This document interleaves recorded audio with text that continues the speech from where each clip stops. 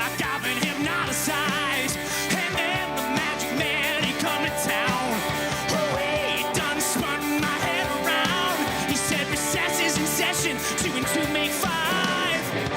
And now, baby, now I'm alive. Oh, yeah, I'm alive. And if you wanna be the teacher's pet, baby, you just better forget it. I got no reason, I got no rhyme. You better get me to school on time. Oh, yeah!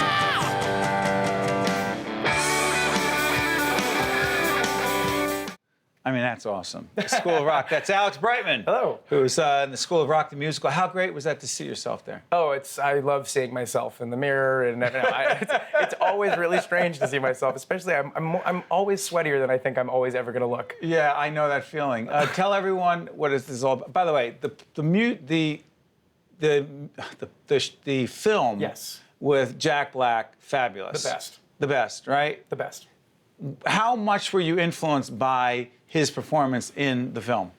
Hard not to be influenced because he is so magnetic and iconic in that performance. It's sort of like, I mean, he was already a star then, but that like really made him and like sort of elevated everything about what he was. And I can't do a Jack Black impression as hard as I would ever want to try. Remember that line he said, just because you're not in the band doesn't mean you're not in the band. Which is actually in the show. No, really? Oh yeah, there's some great lines in the show from the movie, and but I'm trying, and I think succeeding, and doing something very different with a bunch of tips of the cap to him, because it is, because of him that I have this role, because it was written, and I'm trying to do something similar but different, but equally as fun, and my own little thing. I don't want to assume everybody knows it just because I'm obsessed by this whole School of Rock thing. Totally. So you played Dewey Finn. Dewey Finn. A fake substitute teacher. Yes, a wannabe rock star who all he loves music, rock and roll, and not working.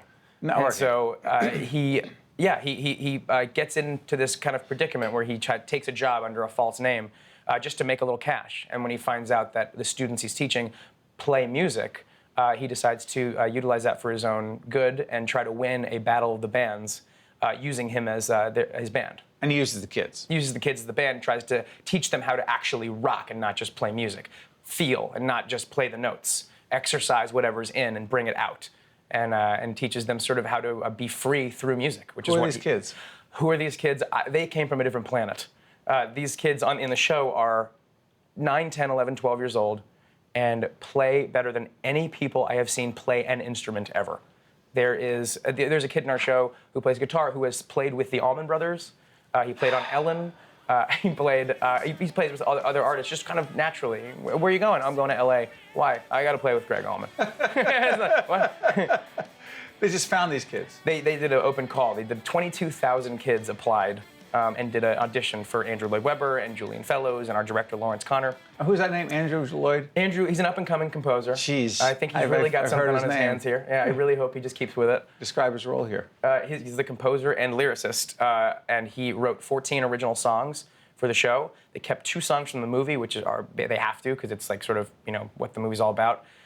They're amazing. I think it's one of his best scores in years. It's fun, it's catchy. And he is so collaborative and wonderful, and that's what I think makes this score amazing, is that he kept asking, like, help me, and can we do this? He was engaged, involved. He's been there every day. You're in previews right now. Previews now, we open in 2 weeks. Okay, as we do this program. How'd they get you? I don't know how they got me. Yes, you do. I mean, I know because I was there, but looking back on it, it was sort of never the plan, I guess. I guess they had a bunch of guys in mind, and I wasn't even close. I helped out with a reading of the musical, playing one of the kids just to help out, and they loved my energy, so they had me audition for the show. What else were you in before this? I've been in Matilda. I was in Big Fish, the original company. I was in Wicked for 2 years, and I did a show called Glory Days, which was my Broadway debut, which opened and closed in one night. No, it didn't. On Broadway, it did. How does that happen? Producers and weird, I don't know, really. Business. I've never really gotten the full answer. It was a weird experience. Where'd you grow up? I grew up in Saratoga, California. For 18 years of my life, and I've been here for 10. Knew you wanted to get into acting when?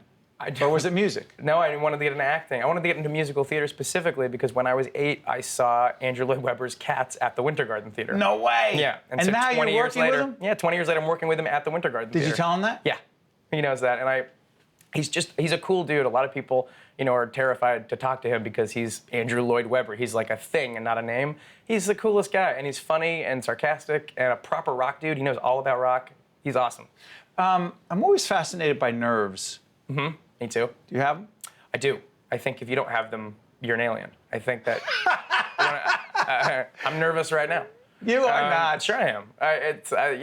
I'm always trying to think of things to say, and I teach a class for auditioning, and I say if you have nerves, the worst thing you can possibly do is to tell yourself you don't have them, because I think they'll strike back at the time when it's least convenient. I always think to just embrace that you have nerves and let it force you to make decisions that you would no longer make without them. Because they will pass. They will pass, but Yeah. also they will also make you make choices on stage that you would never have thought of if you tried to push them away. More inventive choices, which I love, and I'm a big fan of improv, and which is one of the reasons I think I got this role too, is that I was able to invent. I'm sorry for interrupting. Sure. Do you find a lot of other younger folks coming to you and saying, quote, I want to do what you do? Yes. And asking for advice, as if they, no disrespect, but do they have any idea what you do, how you do it, and how you got to be where you are? They don't until I tell them. And I like to tell people, when people say, how do I get on Broadway? I said, you can't. I say, well, you have to write this, you have to write Mr. Broadway, and he lives at. No, but it's just. How do I get on Broadway? It's a question. The reason for asking is innocent, but the question is, I always say, don't think about Broadway. I just have always liked doing what I do, and at any level, I used to pay to do theater when I was a kid. You had to pay and paint sets, and I would still do that. And so the fact that I'm getting paid now at this level is just because I didn't get paid for that many years for all the hard work that I've done. And so I say it's just really you have to be able to sing and act and dance really well, and then do it consistently and really love it. Because there are people that can do all those three and then not love it, and that's disappointing and depressing. I remind myself sometimes. It's Broadway, but it's not Broadway because you're on Broadway. Yeah. I always remind myself sometimes that this studio is at 66th and Broadway.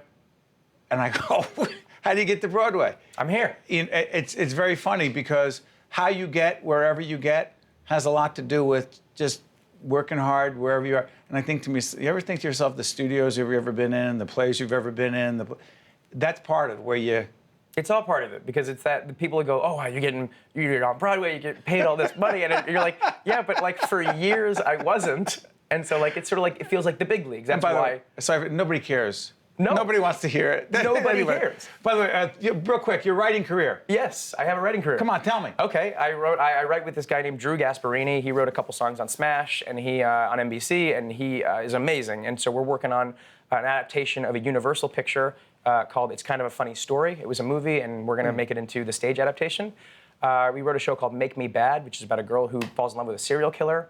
And currently, in April next year, we are opening Mark Summers from the Food Network and Nickelodeon fame. We're opening his one-man show, which I wrote. And it's about his life being the messiest game show host in history, alongside struggling with OCD. Really? Yeah, it's really, really nice. So and you don't touching do and enough, funny. do you? I don't even know when I have time to pee. You can't say that on public I'm sorry, broadcasting. sorry. Alex Brightman is an actor, of course, and he's a writer, does a lot of other things, and he doesn't have time to, Sleep. Sleep. Yeah. He's in School of Rock, the musical, over at the Winter Garden Theater. That's correct. On Broadway. On Broadway. On Broadway. And we're at 66th and Broadway at the Tisch WNET studio. Thanks for joining us. Wish you man. nothing but the best. Appreciate it. Stay with us. We'll be right back Thank you, after sir. this. By the way, you can go to the bathroom after this. Perfect. One on One with Steve Adubato has been a production of the Caucus Educational Corporation, celebrating over 25 years of broadcast excellence.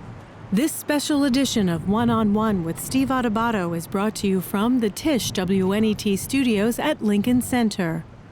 Funding has been provided by Health Republic Insurance of New Jersey, Bergen Community College, the North Ward Center, Josh S. Weston, Cone Resnick, the Russell Berry Foundation, and by TD Bank. Transportation provided by Airbrook Limousine, serving the metropolitan New York, New Jersey area.